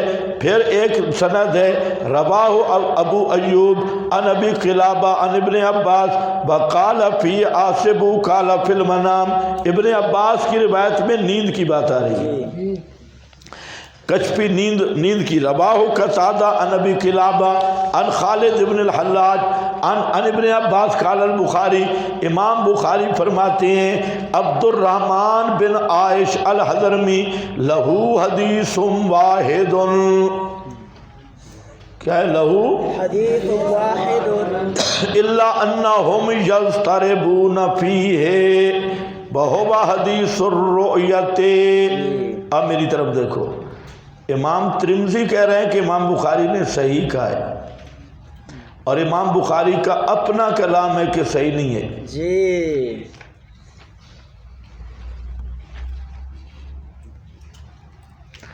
امام ترمذی کیا کہہ رہے ہیں؟ امام بخاری اس کو صحیح کہہ رہا ہے۔ امام بخاری کا میں نے محمد بن اسماعیل سے پوچھا، سال تو محمد ابن اسماعیل ان ھذا الحدیث فقال ھذا حدیث حسن صحیح، تو یہ تصحیف ہے ترمذی میں، ترمذی میں تصحیف ہوئی ہے۔ ایک تو امام بخاری کی اصطلاح ہی نہیں ہے حسن صحیح ان کی، یہ امام ترمذی کی ہے۔ اور جہاں ذرا سمجھو، کہتے ہیں میں محمد بن اسماعیل سے پوچھا تو انہوں نے کہا ھذا حدیث حسن صحیح، یہ حسن صحیح کی اصطلاح امام بخاری کی ہے ہی نہیں، اس لیے ترمذی میں یہ غلطی ہے۔ ترمذی میں تصحیف اور یہ غلطی چھپی ہے، جس نے بھی یہ عبارت لکھی ہے ترمذی میں اس سے تصحیف ہوئی ہے، نسیان ہوا ہے، اور امام بخاری کی اپنی بات جو ہے تو امام خازن بخاری کی عبارت سے لے رہے ہیں کہ یہ جو عبد الرحمن بن عائش الحضرمی ہے اس کی ایک ہی حدیث ہے اور وہ بھی مضطرب ہے، اور وہ حدیث روایت ہے، سمجھ گئے کہ نہیں؟ پوری زندگی میں اس نے ایک ہی روایت کی ہے اور اس میں بھی یضطربون فیہ، تو اضطراب ضعف نہیں ہوتا، تو امام بخاری صحیح کب کہہ رہے ہیں؟ امام بخاری تو اس کو مضطرب کہہ رہے ہیں، اور ساتھ یہ کہہ رہے ہیں کہ یہ راوی ایک ہی حدیث اس کی ہے پوری زندگی، یعنی قلیل الحدیث ہے، اس کی اور روایت ہی نہیں ملتی۔ آگے قال البہقی کہ فرماتے ہیں کہ اس کے جتنے طریقے کلھا ضعاف وفی ثبوتہ نظر، اس کے ساری سندیں ضعیف ہیں اور اس کے ثبوت میں نظر ہے، اور سب سے احسن طریق جو ہے وہ جہزم بن عبداللہ والا ہے، اور موسیٰ بن خلف والی روایت تو اس میں تو موجود ہے کہ یدل علی ان ذالک کان فی المنام، تو یہ منامی مشاہدہ ہے، نہ کہ بے عالم بیداری کی کوئی بات ہے۔ تو حاصل یہ نکلا کہ امام بخاری کی طرف تصحیح کی نسبت بھی صحیح نہیں ہے، اور اصول محدثین کے مطابق اس روایت کا ایک بھی طریق صحیح نہیں ہے، سب ضعیف ہیں۔ امام ترمذی کا اسناد صحیح کہنا، حسن صحیح کہنا، تو محدثین کیا اس کی کوئی حیثیت نہیں ہے۔ تو سند بھی اور متن پہ بھی یہی، اصل تو یہ متن پہ کلام کر رہا ہے۔ آگے فرماتے ہیں کہ محمد بن اسماعیل البخاری قال عبد الرحمن، سند کے ساتھ لایا۔ سلیمان بن فارس کہتے ہیں کہ محمد بن اسماعیل البخاری نے خود مجھے بیان کیا، اور اس نے کہا کہ عبد الرحمن بن عائش الحضرمی لہو حدیث واحد الا انہم یضطربون فی بہو حدیث الرؤیا وقال الشیخ قد روی من وجہ آخر وکلھا ضعیف۔ اس کے اور طریق بھی ہیں لیکن سب کے سب ضعیف ہیں، اور ضعیفوں میں جو ایک طریق آ رہا ہے وہ بھی ضعیف۔ یہ آسن وہ نہیں ہے حدیث کی کوئی اصطلاح کہ احسن و طریق الفیہ، باقی سب ضعیف ہیں، ضعیفوں میں ایک طریق جو سب سے بہتر سمجھا گیا ہے تو وہ روایت جہزم اس کی ہے، اور موسیٰ بن خلف کی وفی ما دل علی ان ذلک کان فی المنام، تو یہ منامی مشاہدہ ہے۔ ختم۔ تو یہ حدیث تین۔ چوتھی بات یہ ہے کہ ایک تو مسئلہ صفات کا ہے، وہ تو الگ ایک بات ہے۔ تجلی لی کل شیء، تو حضرت شاہ ولی اللہ رحمہ اللہ نے اس کی ایک توجیہ کی ہے، بعض دیگر نے بھی سیاق میں، کرنے کی ضرورت نہیں، لیکن پھر بھی فرماتے ہیں کہ یہ کل استغراقی نہیں ہے، کل اضافی ہے، اور کل شے سے مراد وہ کفارات ہیں جو آگے خود حدیث میں موجود ہیں۔ کل شے سے مراد وہی کفارات ہیں جو آگے خود حدیث میں موجود ہیں، اور ملأ اعلیٰ میں اسی چیز کا اختلاف تھا۔ حضرت شیخ القرآن نے جہاں وہ آیت لائی ما کان علی، وہ کیا ہے فیما یختصم، اسی آیت سے استدلال کیا کہ وہاں پر یہ آ رہا ہے کہ نبی پاک فرماتے ہیں مجھے کوئی علم نہیں ہے۔ ہاں اس کو لائے اور فرمایا اس کے بھی خلاف ہے، اس آیت کے معنی کو بھی خراب کر رہی ہے، اس آیت بالکل اپنے معنی میں صریح ہے۔ تو شیخ نے یہ بات کی، تو شاہ ولی اللہ نے فرمایا کہ یہ تجلی لی یہ کشفی مشاہدہ ہے، اور اس سے مراد فقط وہ کفارات ہیں جن کو آگے بیان کیا گیا ہے۔ تو یہ شاہ صاحب کی توجیہ ہے۔ باقی اس حدیث پہ ایک لمبا کلام ہے۔ اللہ تعالیٰ کو ایک صورت میں دیکھا تو ادلہ کثیرہ اس کے مناقض ہیں۔ حضرت عائشہ کی بات آپ نے پڑھی تھی، حضرت عائشہ قرآن کی ایتیں پڑھ کے کہتی ہیں کہ معراج والی رات کا بھی کوئی تجھے کہنا دیکھا ہے تو قد کذبا۔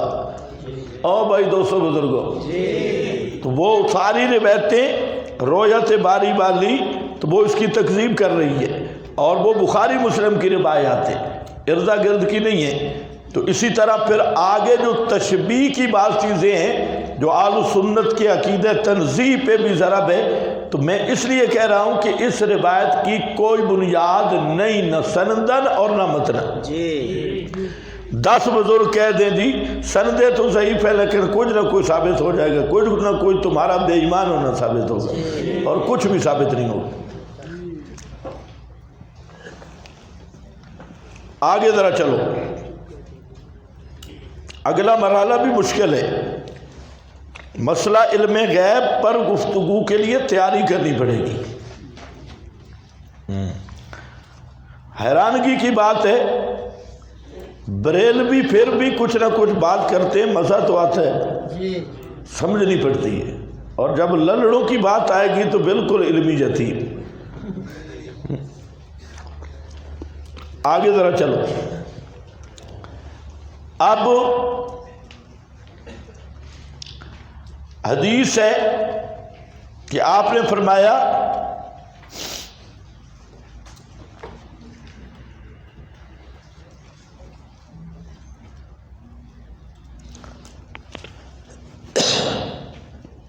فَلَا تَسْأَلُونِّي عَنْ شَيْءٍ الا اخبرتکم ما دمت فی مقامی ھذا.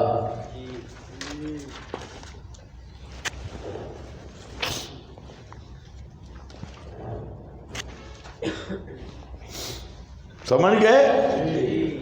وہ حدیث آ رہی ہے اور یہ حدیث بخاری میں. حضرت انس بن مالک کہتی خرج حین زاغت الشمس فصلی الظہر فقام علی المنبر. جب سورج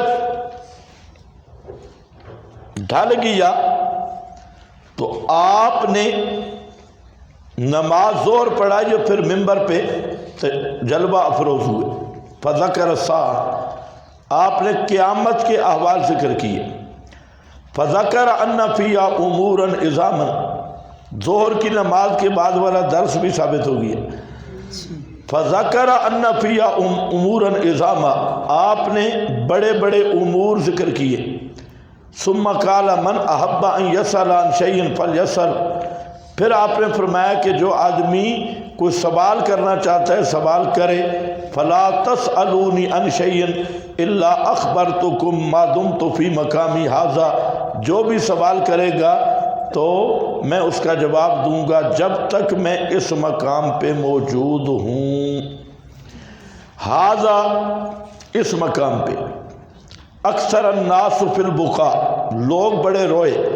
باکثر ان یقولا، اور آپ نے بار بار فرمایا سلونی. فقام عبداللہ ابن حذافہ فقال من ابی، عبداللہ ابن حذافہ کھڑے ہوئے اور اس نے کہا کہ میرا باپ کون ہے؟ قال ابو کا حذافہ، تیرا باپ حذافہ ہے. ثم اکثر ان یقول سلونی فبرک عمر، پھر آپ نے بار بار کہا پوچھو، تو حضرت عمر گھٹنوں کے بل گر گئے. فقال رضینا باللہ ربا وبالاسلام دینا وبمحمد النبی. فسکت ثم قال غرزت علی الجنہ، مجھ پہ جنت پیش کی گئی اور جہنم پیش کی گئی ابھی فی، اسی دیوار کے چوڑائی میں. فلم اراک الخیر بشر،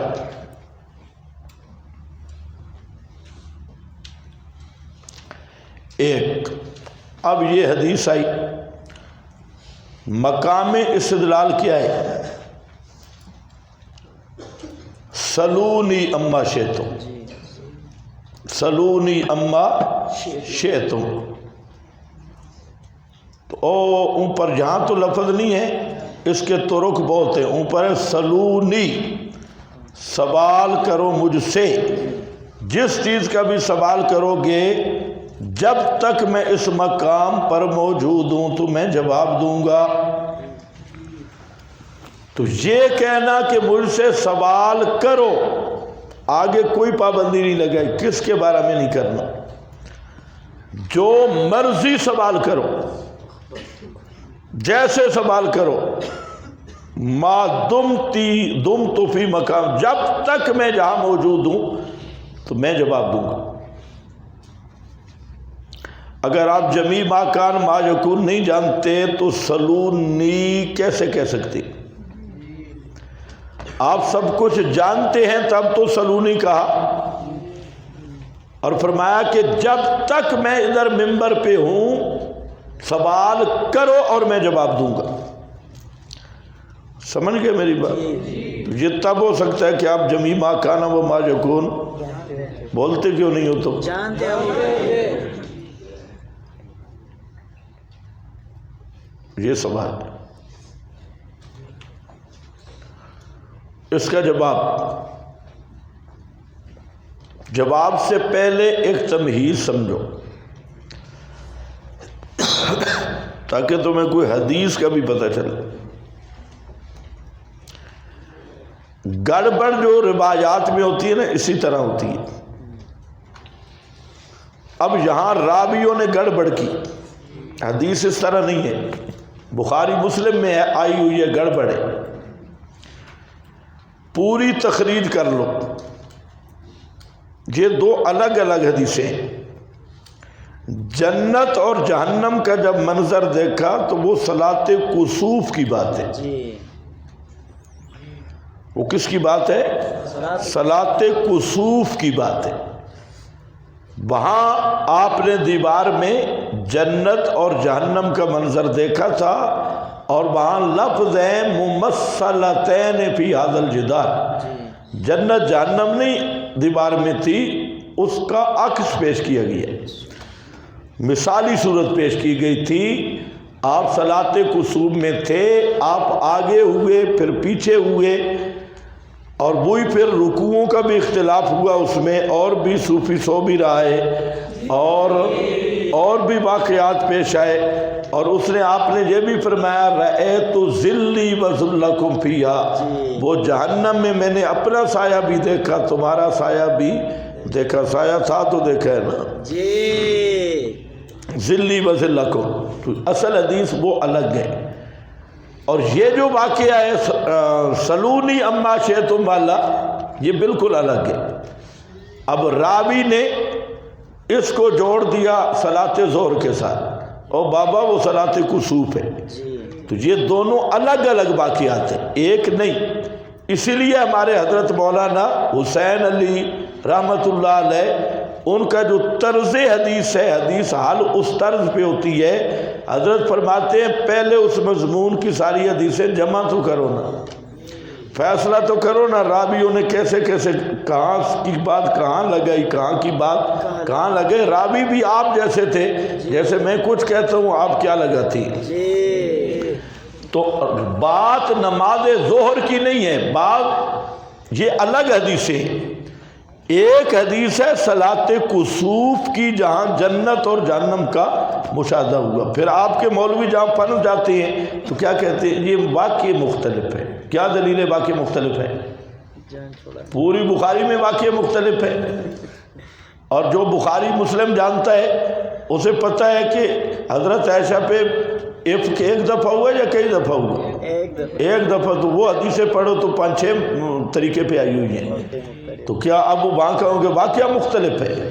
یہ تمہیں ٹافیاں دینے والی تعویل ہے کہ یہ واقعہ الگ ہے، وہ واقعہ الگ ہے، اور گڈ بڈ ہے، اور یہ پھر کہیں گے جنت جہنم یہاں بھی دیکھی تھی وہاں بھی دیکھی تھی۔ دلیل ہے کہ حدیث کا جواب نہیں آتا جی، اس حد سے اب 2 واقعے بنانے پڑیں گے، تو یہ ایسی کچی بات ہے۔ اصل بات یہ ہے کہ ہم نے اس حدیث کی تخریج کی، یہ ابھی جواب نہیں دے رہا، آپ کو سمجھا رہا ہوں۔ یہ واقعات الگ ہیں، راوی نے گڑبڑ کی، سند بھی صحیح ہے، راوی بھی صحیح ہے، لیکن راوی کو بیان کرنے میں غلطی لگی کہ وہ جو صلاۃ کسوف جنت جہنم دیکھنے والی بات تھی، اس نے نماز ظہر کے ساتھ ٹچ کر دی۔ پھر یہ جو سلونی کا بات تھی، اس نے بالکل سیاق سباق سے کاٹ دی ہے۔ اصل بات یہ تھی کہ نبی کریم علیہ السلام غصے میں آئے، بعض لوگوں سے کچھ ایسی چیزیں صادر ہوئیں، اور بعض منافقین نے نبی کریم علیہ السلام پر کچھ اعتراضات کیے۔ جب اعتراضات کیے تو آپ سخت غصے میں آئے، اور منبر پہ آئے اور فرمایا کہ جو پوچھنا ہے پوچھو۔ تو یہ کیا تھا؟ غصہ ایک۔ دوسرا، منبر پہ بھی آپ آئے، اللہ تعالیٰ کی طرف سے وحی ہوئی کہ آپ ان کے اعتراضات کا جواب دیں۔ تو پہلی بات تو یہ ہے کہ یہ کام تھا ہی غصے کا، اور غصے میں جب آپ فرما رہے ہیں سلونی اما شئتم، اور آپ سمجھتے ہیں کہ یہ خطاب صحابہ کو ہے، بریلویوں کو نہیں ہے۔ صحابہ جانتے تھے لا عالم الغیب والی ایتیں بھی، اور صحابہ جانتے تھے کل لا یعلم من فی السماوات بھی، اور یہ ساری ایتیں صحابہ کو آتی تھی۔ تو اب میں جو آپ کو کہتا ہوں پوچھو جو پوچھنا ہے، اس کا کیا مطلب ہے جمیم آخان جانتا ہوں؟ نہیں جی، میں نے کئی دفعہ آپ کو کہا جو مرضی سوال کرو، تو جو مرضی سوال کا مطلب ہے مخاطبین کے حالت کے مطابق۔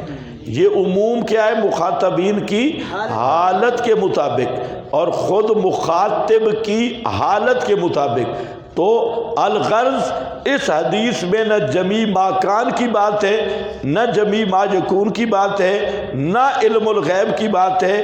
اس حدیث میں دو باتیں ہیں، ایک تو آپ نے غصے میں اعلان کیا، اور مقصد غصہ بتانے کا مقصد ہمارا یہ ہے کہ عموم ہوتا ہے مخاطب کے حال کے مطابق، اور مخاطب اور مخاطبین صحابہ ہیں اور مخاطب نبی کریم علیہ السلام ہیں، اور حالت غصہ میں فرمایا سلونی ما شئتم۔ تو اس حدیث سے جمی ما کان و ما یکون کا استدلال یہ کوئی بھنگی چرسی کر سکتا ہے۔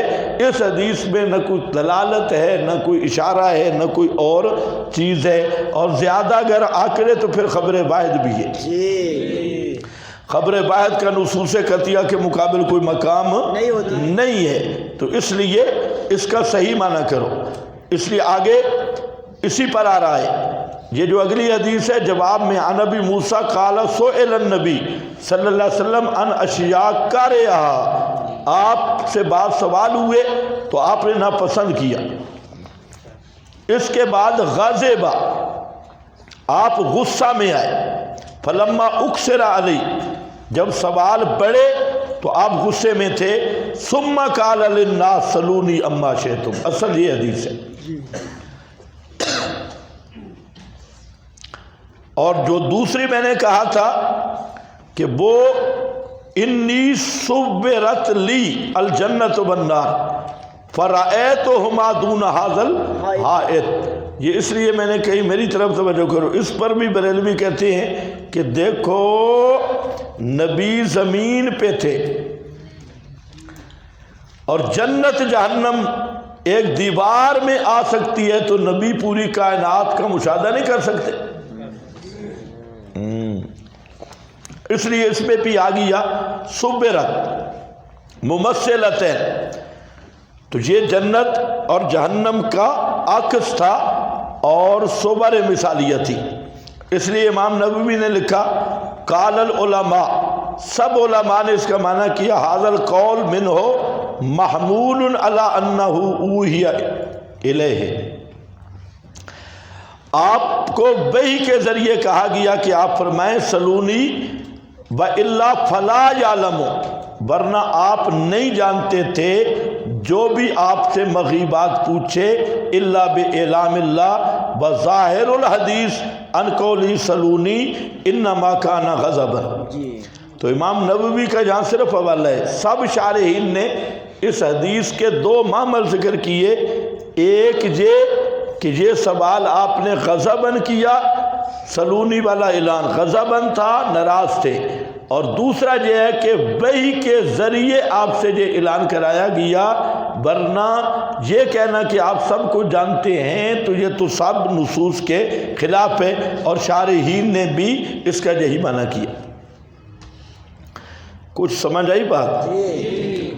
اس کے بعد آ رہی ہیں 4 حدیثیں مسلسل، واقعہ ایک ہے، اصل میں یہ حدیث ایک ہے، راوی الگ الگ ہے، یہ اچھی طرح ذہن میں رکھیں، واقعہ اور حدیث کیا ہے؟ ایک ہے، بیان کرنے والے الگ الگ ہیں۔ اس میں دیکھنا ان حذیفہ، آپ ذرا نشان لگاتے ہیں راویوں پر، قال قام فینا رسول اللہ صلی اللہ علیہ وسلم مقاما، آپ کھڑے ہوئے ہم میں، ما ترک شیئا یکون فی مقامی ذالک الا قیام الساعہ، فرماتے ہیں کہ آپ کھڑے ہوئے ہمارے اندر، ما ترک شیئا، آپ نے کوئی چیز نہیں چھوڑی، نکرہ تحت النفی، یکون فی مقامی ذالک الی قیام الساعہ، جو ہونے والی تھی قیامت تک، الا حدث بہ، مگر آپ نے بیان کیا، حفظہ من حفظہ ونسیہ من نسیہ، جس کو یاد ہے اس کو یاد ہے، جو بھول گیا وہ بھول گیا، وَقَدْ عَلِمَ هُوَ صَحَابِي هَؤُلَاءِ وَإِنَّهُ لَيَكُونُ مِنْهُ الشَّيْءُ قَدْ نَسِيتُهُ۔ فرماتے ہیں کہ میں جب بھول گیا ہوں، حضرت حذیفہ کہہ رہے ہیں کوئی چیز بھول جاتا ہوں، جب وہ پیش آتی ہے تو وہ حدیث مجھے یاد آ جاتی ہے کہ آپ نے یہ فرمایا تھا۔ تو اس حدیث میں کیا آ گیا؟ ما تارا کا، بولو بولو، ما تارا کا، کوئی ایک چیز بھی نہیں چھوڑی، سب کچھ بیان کیا۔ تم کہتے ہو جمیع ما کان ما یکون، جانتے نہیں، آپ نے تو بیان بھی کر دیا۔ حافظہ من حافظہ و نسیہ من نسیہ۔ تو یہ حدیث دلیل ہے ما ترک شیئا۔ تم جیسے بیٹھے ہو نا چودھری بن کے، جب بریلویوں کے سامنے پھنسو گے پھر پتہ چلے گا۔ ابھی تو سارے بیٹھے ہیں نا اوپر دیکھ کے مست ہو کے۔ ما ترک شیئا، مسائل میں ذوق سے بیٹھو گے تو میں ذوق سے پڑھاؤں گا، اگر اس طرح بیٹھو گے تو میں آگے جاؤں گا۔ ہاں بھی اوپر اوپر پڑھا کے میں نکلا جاؤں گا۔ ما ترک شیئا یکون فی مقامہ، کوئی ایک چیز بھی نہیں چھوڑی، الف سے یا تک بیان کیا، فرمایا، اور ایک جگہ پہ کھڑے ہو کے فرمایا او بہابڑے تم کہتے ہو جانتے نہیں، پتہ کچھ نہیں، نبی پاک نے سب کچھ بیان کر دیا، اور نبی کے غلام بھی جمیع ما کان ما یکون کے عالم میں، حافظہ من حافظہ ونسیہ من نسیہ۔ ایک اگلی حدیث ہے وہ بھی یہی ہے، حضرت عمر رضی اللہ تعالی عنہ فرماتے ہیں قام فینا النبی صلی اللہ علیہ وسلم مقاما فاخبرنا، نبی پاک صلی اللہ علیہ وسلم ہمارے اندر کھڑے ہوئے، آپ نے خبر دی ام بدء الخلق، بدء الخلق، ابتداء خلق سے کہاں تک خبر دی؟ حتیٰ دخل اہل الجنت منازلہم و اہل النار منازلہم، حتیٰ کہ جنتی جنت میں چلے گئے، جہنمی جہنم میں چلے گئے، ابتداء خلق سے انتہا خلق تک آپ نے ہمیں بتلایا۔ یہ بھی اس بات کی دلیل ہے کہ آپ جمیع ما کان و ما یکون جانتے بھی تھے اور بیان بھی کر دیا۔ حافظہ حافظ ذالک من حافظہ و نسیہ من نسیہ، صحیح بخاری ہے، بار نہیں 3192 ہے۔ آگے پھر حضرت حذیفہ ہیں، فرماتے ہیں اخبرانی رسول اللہ صلی اللہ علیہ وسلم بما ہوا کائن الی ان تقوم الساعہ، آپ نے بیان کیا جو ہونے والا تھا قیامت قائم ہونے تک۔ فما منہ شیء الا قد سألتہ الا انی لم اسألہ ما یخرج اہل المدینہ من المدینہ۔ آگے کیا ہے؟ فما منہ شیء الا قد، ہر چیز میں نے پوچھی ہے، الا انی لم اسألہ، لیکن میں پوچھ نہیں سکا کہ جو ما یخرج اہل المدینہ من المدینہ، کہ میں ایک چیز رہ گئی ہے کہ اہل مدینہ کو مدینہ سے کون سی چیز نکالے گی، اس پہ نشان لگا لو۔ یہ تکنیک کے لیے آیا ہوا ہے۔ فما منہ شیء الا قد سألتہ الا انی لم اسألہ ما یخرج اہل المدینہ من المدینہ، اوپر نشان لگا لو حذیفہ، یہ حذیفہ ہے۔ آگے حدثنی ابو زید بیان کر رہے ہیں عمر ابن اخطب سے، قال صلی بنا رسول اللہ صلی اللہ علیہ وسلم الفجر، آپ نے فجر کی نماز پڑھائی، صاعد المنبر، ممبر پہ کھڑے ہوئے، ہمیں تقریر کی، حتیٰ کہ ظہر کا ٹائم ہو گیا، فجر کی نماز سے ظہر تک درس کا ثبوت ہے۔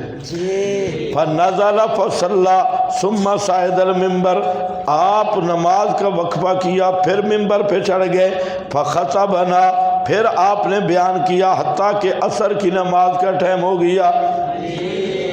زور سے عصر تک کا سبق بھی ثابت ہو گیا۔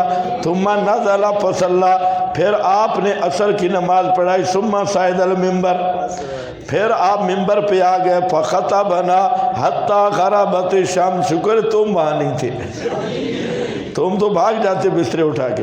فخطبنا حتیٰ غربت الشمس، سورج غروب ہو گیا، اور صبح سبق شروع ہوا تھا، سورج غروب ہو گیا، عصر بھی گئی۔ فأخبرنا بما كان وبما هو كائن،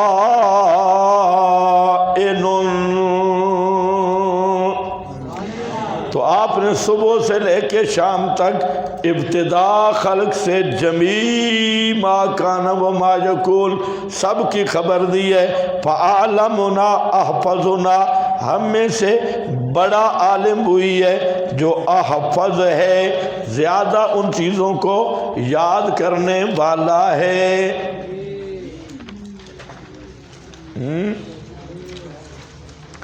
زیادہ ان چیزوں کو یاد کرنے والا ہے۔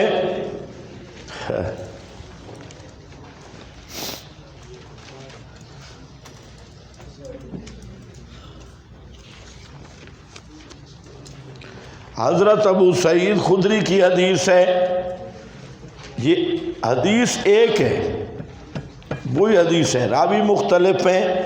فرماتے ہیں قال صلی بنا رسول اللہ صلی اللہ علیہ وسلم یومن صلاۃ العصر بنہار ثم قام خطیبا، آپ نے عصر کی نماز شروع کی، نماز پڑھائی اور پھر آپ خطبہ دینے لگے۔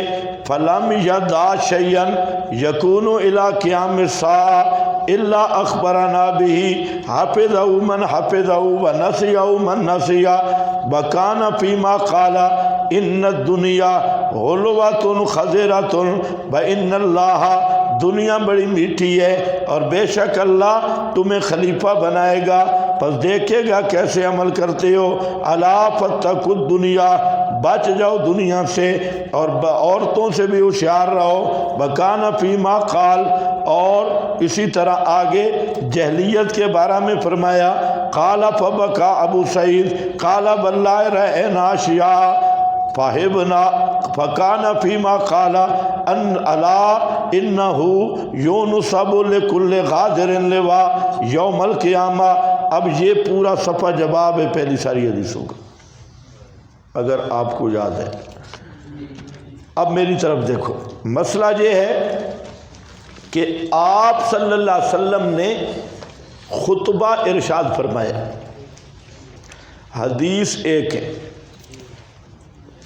اس میں بھی راویوں کو کافی غلطیاں لگی ہیں بیان کرنے میں۔ ابھی آپ نے دیکھا کہ حضرت ابو سعید کہہ رہے تھے عصر کی نماز کے بعد شروع کی، ایک کہہ رہا ہے ظہر کی نماز کے بعد شروع کی، ایک کہہ رہا ہے صبح کی نماز کے بعد شروع کی۔ مجموعہ احادیث یہ بتاتی ہیں کہ آپ نے ایک خطبہ دیا،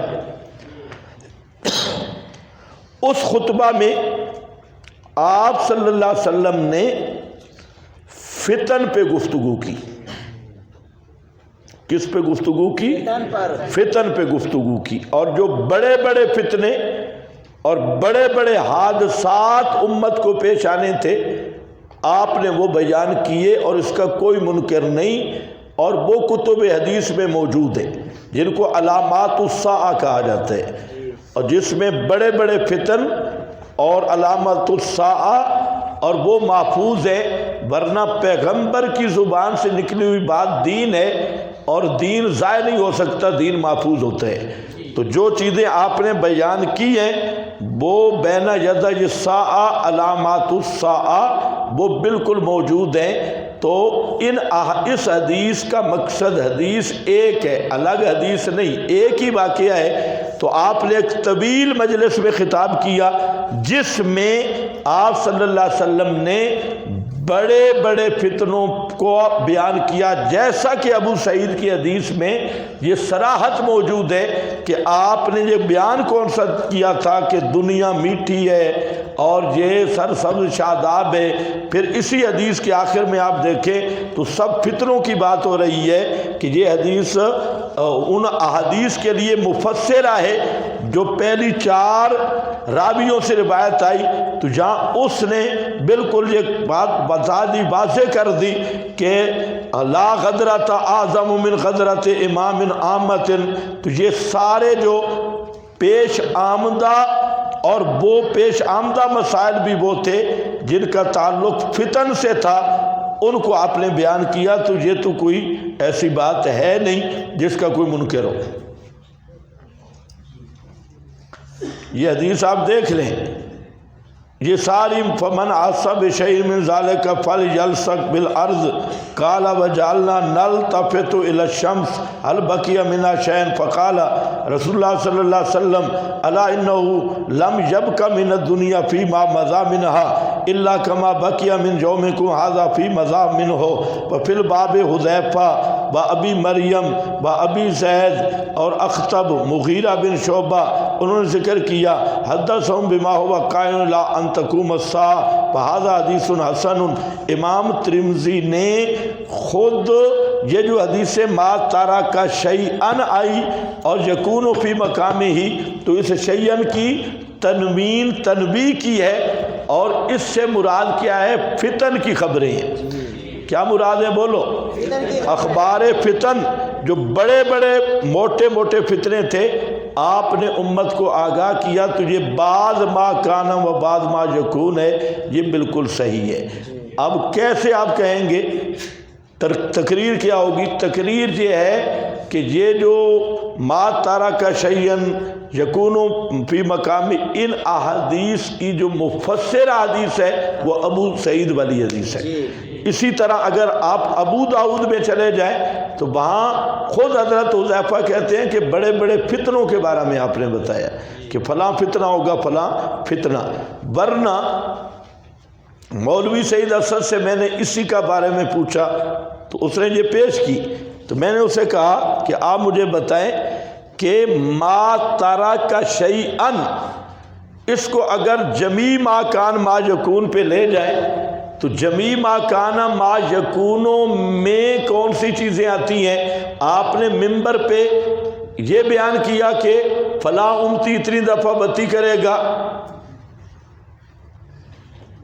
جانور اس طرح بتی کریں گے، خنزیر اس طرح اپنے جنسی تعلقات کم کرے گا، گیدڑ، وحوش، اور ان کی یہ کیفیت ہوگی، عمران خان یہ کرے گا، نواز شریف یہ کرے گا، شہباز شریف یہ کرے گا، مریم نواز، مولانا فضل الرحمان اور یہ سارے یہ کریں گے۔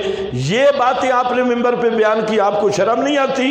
یہ تو منصب نبوت کے بھی خلاف ہے۔ تو اس لیے یہ کہنا کہ ممبر پہ کھڑے ہو کے آپ نے جنسی کیفیات بیان کی، جانوروں کی، انسانوں کی، اور شخصی احوال بیان کیے، تو اس سے بڑا بدبخت گستاخ رسول ہو کوئی نہیں سکتا۔ اس لیے ماننا پڑے گا کہ آپ نے ممبر پہ وہ چیزیں بیان کی جو شان نبوت کے لائق تھی، شان نبوت کے لائق تھی۔ یا غالب کی شاعری بیان کی، علامہ اقبال کی شاعری، اور یہ سارے جتنے دنیا کے دوڑے، مائے، کنجر، ڈھوم، میراثی، نٹ، ان کی زبان سے جو چیز نکلتی ہے، ان کے سارے احوال اعمال، یہ آپ نے ممبر پہ بیان کیے۔ اگر یہ کوئی دعویٰ کرتا ہے کہ پیغمبر کریم نے سب کچھ بیان کیا، اور سب کچھ نبی کی شان کے لائق ہی نہیں، توجہ ہے میری طرف، سارا کچھ نبی کی شان کے لائق نہیں ہے۔ اور جو کہتا ہے نا کہ سارا کچھ بیان کیا، کنجروں کی چیزیں بیان کی اور طوائف کی چیزیں بیان کی، اور یہ ہر آدمی کے شخصی اعمال بیان کیے، بریلوی مولویوں کے شخصی کرتوت بیان کیے، بریلوی مولویوں کی زنانیوں کے شخصی کرتوت بیان کیے، واقعات بیان کیے، فلاں بریلوی مولوی کی زنانی فلاں جائے گی، فلاں کے پاس فلاں جائے گی۔ اگر یہ چیزیں کہو تو اس سے بڑھ کے محمد مصطفیٰ کی کوئی توہین نہیں، تو اس لیے بریلوی رشدی سے بھی بڑے کافر بنیں گے۔ تو پھر ہماری مانو، آپ نے وہ چیزیں بیان کی ہیں جو پیغمبر کے منصب کے لائق تھی، اور وہ کیا تھے؟ فتن، علامات الساعہ، اور وہ محفوظ ہیں بین یدی الساعہ، بڑی بڑی جنگیں، بڑے بڑے فتنے، اور وہ بیان کی تھی حضرت علی معاویہ کے متعلق بعد میں آنے والے جتنے پروگرام تھے، اور جس کا امت کو ضرورت تھی، اور امت کو درپیش فتنے آنے تھے، وہ آپ نے بیان کیے ہیں، تو اس میں تو جھگڑا ہی نہیں ہے۔ اور اگر آپ میری پتہ نہیں گفتگو سمجھ رہے ہیں کہ نہیں، اگر ما تارک شیئن سے شخصی کرتوت، شخصی احوال، جنسی کرتوت، جنسی احوال، اور مخلوق کے اپنے احوال الگ الگ بیان ہوں تجھے، تو سری پیغمبر کی شان میں گستاخی ہے۔ بہت ساری ایسی چیزیں ہیں کہ اگر ایک عالم بیان کرے اس کی شان کے مناسب بھی نہیں ہے۔ آپ نے بیان کیا پاکستان کے پاس کتنے طیارے ہوں گے، کون کون چوری کرے گا، کتنے F-16 ہوں گے، کہاں کہاں ایکسیڈنٹ ہوگا، کہاں کہاں گریں گے، امریکہ کے پاس کتنے طیارے ہوں گے، یہ تو اوپر والی بات ہے، اور جو نیچے والی ہسٹری ہے وہ تو بیان کرنے کی بھی نہیں ہے۔ تو ما تارک شیئن، مقام نبوت کے مناسب جو چیزیں تھی فتن آپ نے بیان کی ہے۔ میرا خیال ہے آ گئی ہوگی سمجھ، نہیں آئی تو پھر مناظرے میں سمجھ آتی ہے۔ بس بھائی، مسئلہ علم الغیب، اب اگر آپ کو کوئی سوال ہے علم غیب پر